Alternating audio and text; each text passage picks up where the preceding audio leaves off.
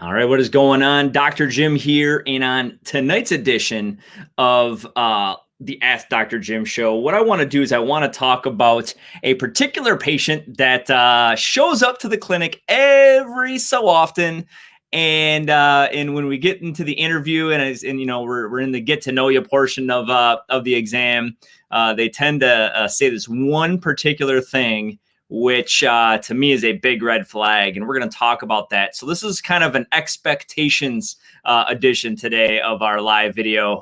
But anyway, if you're watching this live on social media, go ahead and let me know where you're listening in from. Drop where you're listening from into the comment section below. And especially if this is the first time that you've ever been on a live video with me. Nice to meet you. My name is Dr. Jim. I am a licensed physical therapist here in the state of Michigan.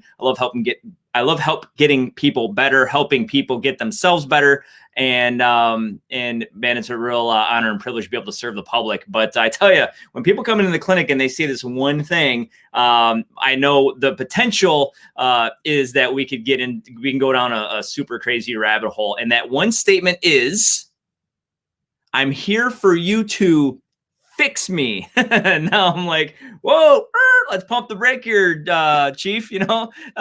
First off, I always want to set expectations. In fact, that is a big source of problems in physical therapy is unmet expectations. If one person, and so I'm going to put myself in the shoes of a patient. If a patient walks into a physical therapy clinic, if I'm the patient, and if I have an expectation that I'm going to be treated a certain way, and if I'm not treated that way, that's when feelings get hurt. That's when, bad reports, that's when bad news travels fast to people. It says this PT place is crap and the people are there aren't nice and yada, yada, yada. So expectations are everything. You've got to set proper expectations right from the get-go. And if someone walks into the office and says, I'm here for you to fix me, before that initial consultation is over, we're going to have a little bit of a heart-to-heart. And so I wrote down a few notes here of kind of what PT is and what PT isn't. So first off, PT is a partnership, okay? You and I, we're in this together. So whenever I talk with a patient, I say, listen, we're teammates here. You and I, we're a team and we're in this thing together. It's a partnership. And so we each need to know what our roles and responsibilities here. Okay. First off, just to let you know, if I had a magic wand, I would be waving it all over the place and just dinging everyone, ding, ding, ding, ding, ding, and just fixing everybody. That would be a super easy, kind of a pretty boring profession actually, to go around just dinging people and getting them better in that regard. So it's a partnership. I need to know what my role is. You need to know what your role is. So what is the PT role? The PT's role is to be the professional that evaluates properly, that figures out kind of what, like we call it a differential diagnosis list. Like, what are the top few things that this could be, right? Because it's not always cut and dry. And here's one thing about PT is a lot of times it's not only one thing that's going on. So, for example, there could be a shoulder, a prescription is written for shoulder pain, okay? And I go in there and I talk with this person, and they're like, yeah, I really don't know what happened. I went up and, recently I've been trying to get things out of the top shelf, and like my shoulder kind of hurts. And so I really don't do that. I usually go with my other hand. And so you keep asking, well, have you ever had any previous shoulder issues? No, well, not really. Well, there was this one time way back in high school and yada, yada, yada, and blah, blah, blah, blah, blah. And then later on in the conversation, they say, but I can't get any sleep at night. I'm waking up like 3-4 times a night. And I'm like, well, is it like when you roll over onto your shoulder, it hurts? No. Well, my neck kind of hurts and I can't check my blind spot now. And then you keep talking later on. They're like, yeah, and every once in a while I get some tingling into my pinky and my ring finger. And then sometimes it's in my forearm and it kind of aches and it's tight. And so, and they keep talking, you keep asking questions and they keep telling you all these symptoms. And so, so from a professional perspective, I'm thinking like, well, this could be like a tendonitis thing. It could potentially be like a neck thing radiating down the arm. Maybe there's a previous rotator cuff tear, which caused some shoulder weakness, which is making the person compensate, which means that they're shrugging more, which means their neck's tightening up. And now they can't check their blind spot and it's flaring up a nerve root. It could be all these different things. So my job is to hash all that out and to do special tests and to try to, over time kind of figure it out. Is it all figured out on the first day? A lot of times, yeah, but sometimes not. Sometimes you got to do some treatment and see what works and what doesn't work and what might we do different.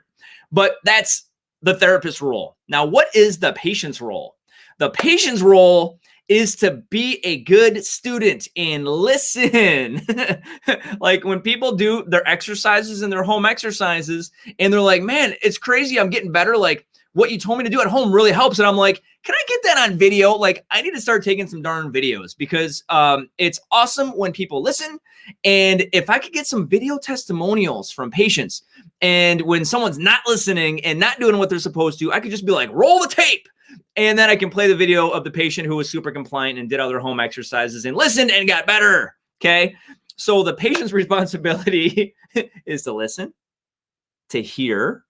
And I guess it's my responsibility to check to make sure they're understanding and not just yes slapping me like, or yep slapping. Yep. Like, what did I just ask you to do? Oh, I don't know. It's crazy. You know? So you got to make sure that there's understanding that they know what their responsibilities are at home. And what I've learned from physical therapy, doing it for 12 years, going on 13 now, is that the more I give people to do at home, the less they do. So what I try to do is I try to give them like the heavy hitters, like the things that I know. If I can give them like 2 to 3 things that if they do every day or as many times a day or as many times a week as I tell them to do, that if they just do that stuff at home, that their chances of getting better exponentially increase. Well, why? Well, the reason that works is because people only go to therapy typically 2 to 3 times a week, okay? It's a 2 to 3 times a week for 4 to 6 weeks. If you're post-operative, maybe it's 8 weeks, maybe it's 12 weeks. I don't know. But whatever that ends up being, guess what? You're only in the clinic like 3 hours a freaking week, right? You're only in the clinic 3 hours a week. So where are you the rest of the time? Yep. With yourself, right? So who's fixing who here? Now, if I give you the right things to do, and if you don't do it, now who's that on? Now, if I don't give you the right things to do, and you're not doing the right things, then who's that on? Right? So I'll take responsibility for where I screw up. You got to take responsibility for where you might, or maybe you don't screw up. But that is the thing. So PT is a partnership. PT is not a dependency. Okay. This isn't come in and I'm going to, like I said, wave my magic wand and fix sure it's all on me. Like the people who crack me up are the people who come into therapy. They don't want to do any exercise, but they expect to get better. So what you're trying to tell me is you don't want to do any work, but you want the reward. No. If you want to get better, it's probably going to hurt a little. Not that it has to hurt a lot, but it's probably going to hurt a little. And you're going to have to make yourself tired. And there might be some sweat involved. And you might be a little sore the next day. But if you're a little sore, it probably means you did enough work to make a difference. And after that, you'll probably feel better and you'll be stronger and you'll be more functional. So that's awesome. Okay.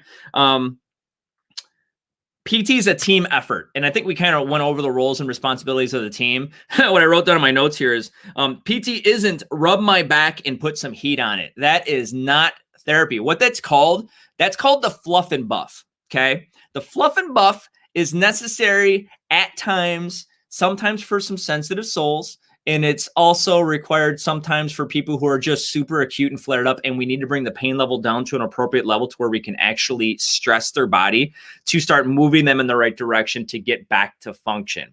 So there are some times where fluff and buff is appropriate, but I've had plenty of patients over the years. They don't want to do squat. They want to come in. They want to get, well, can I just get the stim and the heat and maybe a little bit of massage? And can I get that ultrasound thingy? And how about if we, and then we'll just call it good. And it goes on like that for days and days and days and days. It's that ain't going to help you to get better. Okay. So it's definitely not the fluff and buff. So I think that's it. I mean, my last little note here was PT responsibility, patient responsibility. Like I said, wherever you go, there you are. So you have to understand that you spend more time out of the clinic than you do in the clinic. So the things that you do outside of the clinic make the most difference. Okay. If you work hard in the clinic and if we progress your exercises appropriately, that's going to most definitely help you to get better. But if you're expecting to get better, only working 3 hours a week, that's an that's an expectation that won't be met. Okay. And you will be disappointed that you won't get the results that you were looking for. And that's not necessarily on the therapist. Now it's on the therapist if we let you get away with it. And if we just like, whatever. Okay. We'll just kind of sashay through this thing. And then, 4 weeks will go by or 6 weeks will go by and you'll say, well, PT didn't work. PT does work a lot of times, but you got to work within PT. So I'm going to leave you with that. So hopefully you got some value. This was a total expectations video. If you did, hit the like button, hit the love button, hit the wowie face button, hit the hate it button if you don't like hearing this. I'm sorry. Sometimes we got to throw a little tough love out. And if you know anyone who needs to hear this message, then hit the share button. That's the best. That is the best compliment that you can definitely give, is by hitting the share button so we get this information out to as many people as we can. So I've enjoyed sharing with you. Hopefully you got some value, and I look forward to seeing you tomorrow for another live video. So with that, take care and have a great night. God bless you.